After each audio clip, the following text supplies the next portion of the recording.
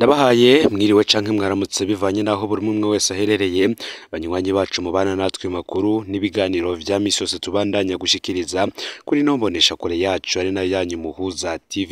Bino mwatuye ko yagize akamakuru biriko biravugwa bigezweko ngaha mu gihugu c'u Burundi, amakuru ariko aravugwa mu gisata c'umutekano n'amakuru tuza kugaruka hanini n'ubundi kubiriko biraba. Abasirikare b'u Burundi ndetse n'abapolisi b'u Burundi binjiye mu ngwano zidasanzwe muri iyi misi, cane cane ku vyatewe n'icuka kibi cavyuwe n'umukuru w'igihugu Evariste Ndayishimiye hagati y'igihugu c'u Burundi ndetse n'igihugu c'u Rwanda.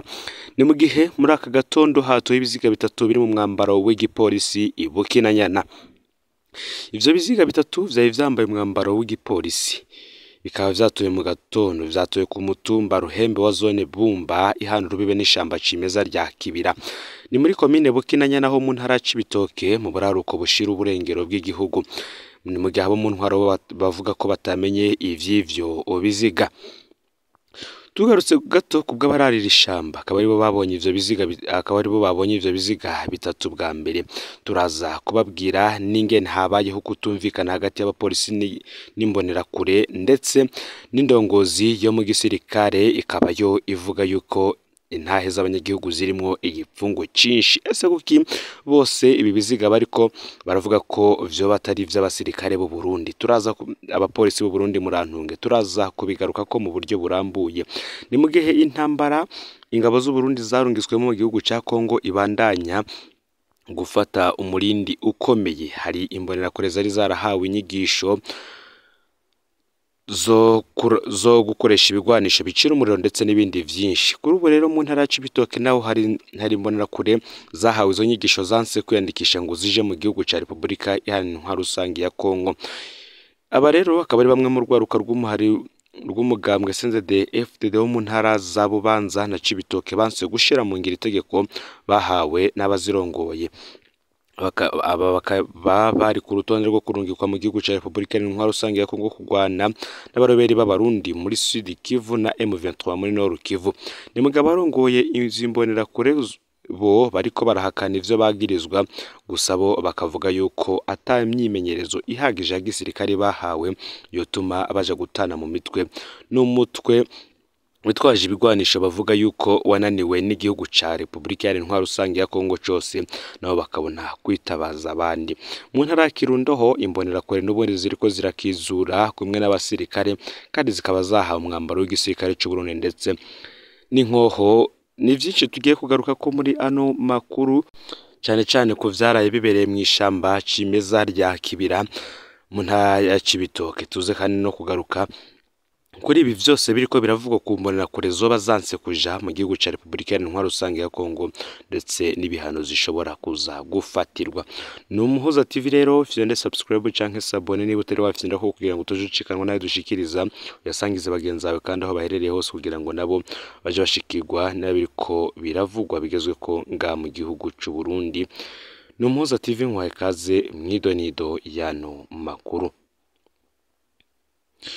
Hatowe ibiziga bitatu biri mu mwambaro w'igipolisi. Ibi biziga bitatu bikaba vyari vyambaye umwambaro w'igipolisi, bikaba vyatowe ku mutumba Ruhembe wa zone Bumba ihana urubibe n'ishamba cimeza rya Kibira, akaba ari muri komine Bukinanyana ho mu ntara c'Ibitoke muraruko bushira uburengero.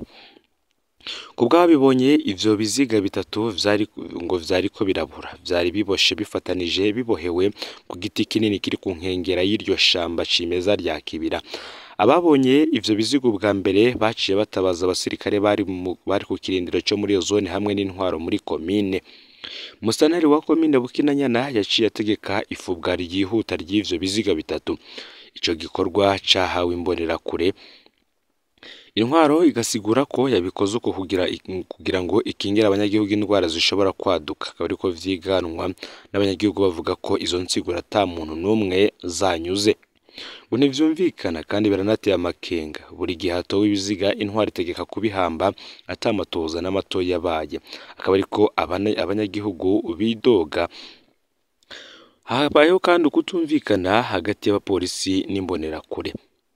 Kubw'amasoko yaho nyene, zimwe mu mbonerakure n'abapolisi baribonekeza bari hamwe mu bikorwa vyo gukizura mu ijoro muri ako karere kavugwamwo abantu bitwaje ibigwanisho bishe uwurongoye umuhari w'urwaruka rwa CNDD-FDD muri komine Mabayi mu mwaka uheze.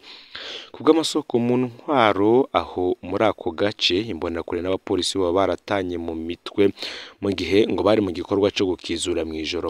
Abapolisi biboneka ko bari bake ari naco gituma ngo imbonerakure zabanishije cyane ko nabo nyene babitwaje ibigwanisho mu ijoro. Ni mu gihe indongozi imwe turuka mu biro bikuru vy'igisirikare muri ako karere yatangaje ko intahe z'abanyagihugu zoba zirimo igipfungu cinshi. Ni mu gihe musanteri w'iyo komine Nkurikiye ku ruhande rwiwe yemeye ko yategetse ihambwa y'ivyo biziga bitatu mu ntumbero imwe gukingira abanyagihugu indwara zishobora kubatera, akanamenyesha ko abishwe nabo batigeze banamenyekana. Cibitokeho imbonerakure zashize mu ngiro ivyo zavuze zanka kwiyandikisha ngo zije muri Republika Iharanira Rusangi ya Kongo. Abanywanyi b'umuhari w'urwaruka rw'umugambwe uri ku butegetsi wo mu ntara nshasha ya Bujumbura igizwe n'akarere kose k'uburengero baranse ku munsi w'Imana uheze gukurikiza amategeko bahawe n'abarongoye mu mugambwe CNDD-FDD mu ntara ya Cibitoke. Ubwo amasoko yaho nyene mu Cibitoke hari hategekanijwe umwanya wo gutanga imyambaro ya gisirikare, ibigwanisho n'ibipfungurwa kuri urwo rwaruka rw'umugambwe uri ku butegetsi. Urwo rwaruka nk'uko bibandanya bimenyeshwa n'isoko ryegereye dosiye ngo rwategezwe guca ruhamvya amakambi ya y'igisirikare cy'u Burundi yarungitswe muri Nord Kivu kugwanya M23 n'abaroberi bo mu mugwi Red Tabara muri Sud Kivu. Kuba urwaruka rw'umugambwe nguri ku butegetsi rwanga kuja ku rugamba mu gihugu kibanyi cyo mu burengero bw'u Burundi bitumwa n'imvo nyinshi. Urwaruka rw'uwo mugambwe ngo ntiruzi intambara bihagije ku buryo rwoja guhangana n'abaroberi b'abanyekongo bamenyereye urubuga kandi bafise uburambe mu vy'intambara, akaba ariko isoko rimwe rimenyesha. Imvo ya kabiri kubw'iryo soko nyene ngo nuko imbonerakure zidafise ibikoresho vya gisirikare bikwiye kugira ngo zigwane. Muri kahise baramaze gutakaza abatari bake basize ubuzima, akaba ariko uyu we ashimangira. Iyindi mvo kandi ngo nuko imbonerakure zitagifise umwete wo kuja kugwanira hakurya ya Rusizi kuko ibikorwa vyazo zitabihemberwa. Uti ntiduhembwa nk'abasirikare b'u Burundi, imiryango yacu nayo ntironka ishumbusho mu gihe imbonerakure iguye ku rubuga rw'intambara.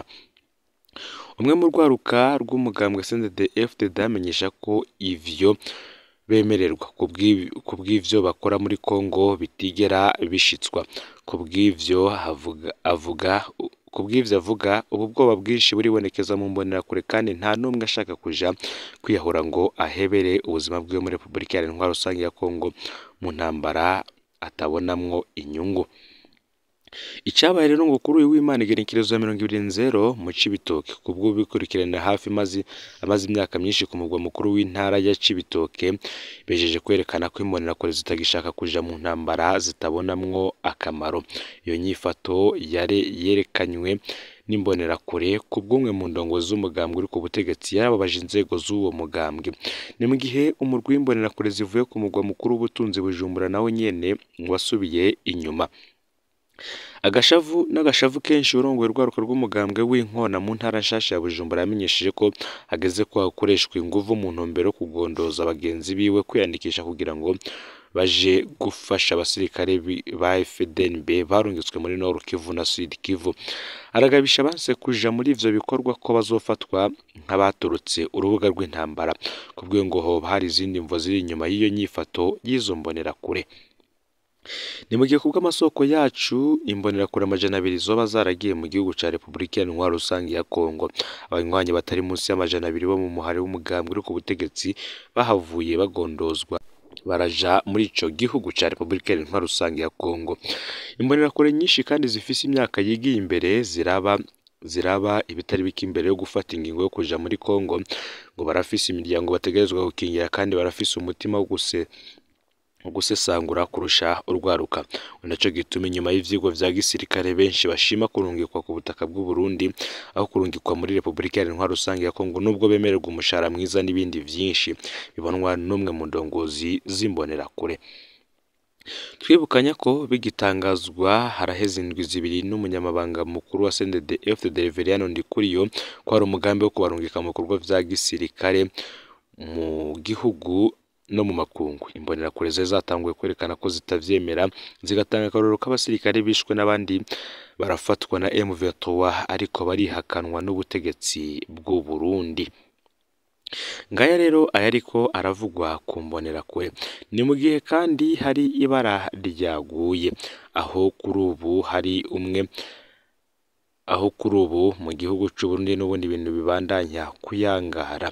Aha mu ntara ya Bururi hari uwapfunzwe yaguye mu munyororo kubera kutavugwa. Uyu akaba ari Antoine Nimpagaritse yapfiriye mu ibohero rikuru rya Bururi mu bumanuko bw'u Burundi mw'ijoro ryo kwigenekerezo 25/0 uyu mwaka w'2024, akaba yarahitanywe no kutitabwaho nk'uko bivugwa nabo bari bapfunganywe. Amakuru dukura mu gisata c'ubutungane Bururi akavuga ko umuhisi yaragwaye, yari amaze indwi ariko aravugwa n'abaforoma mu ibohero rikuru rya Bururi. Amakuru dukuri Bururi, abajejwe amagara y'abantu mu ibohero baranse kumujana mu bitaro vy'intare Bururi. Uyu rero akaba yarahavuye acikanira muri iryo bohero kubera kubura ubuvuzi bubereye. Antoine Nimpagaritse akaba ari imvukira ya komine Mugamba, iyo ntara nyene, akaba yari yarahagaritswe kw'igenekerezo ya 15 Munyonyo umwaka uheze w'2023 yagirizwa ubwicanyi. Ikiziga ciwe kikaba caraciye kijanwa mu buruhukiro mu kurindira abo mu muryango yo ko baja kugitora. Yari yarashikanywe mu ibohero rya Bururi kw'igenekerezo ya 15/0. Aya rero niyo makuru yaragezwe ko ariko aravugwa mu gisata c'umutekano. Aya makuru akaba ariyo yaragezwe ko muri kano kanya tubabwiyemwo ivy'imbonerakure zanse kuja muri Republika y'Intwaro Rusange ya Kongo, ndetse n'ibiziga bitatu biri mu mwambaro w'igipolisi vyatowe mw'ishamba cimeza rya Kibira. Aya rero niyo makuru yaragezwe ko fyonde subscribe canke sabone niba utari wafyina ko kugira ngo tuje ucikanwa nayo dushikiriza, usangize no makuru bagenzawe kandi babaherereye hose kugira ngo batuje bacikanwa nabiriko biravugwa bigezwe ko nga mu gihugu c'u Burundi, hanze imbezi y'igihugu c'u Burundi ndetse no makungu ya kure. No Mpuza TV Imana ibahezagire.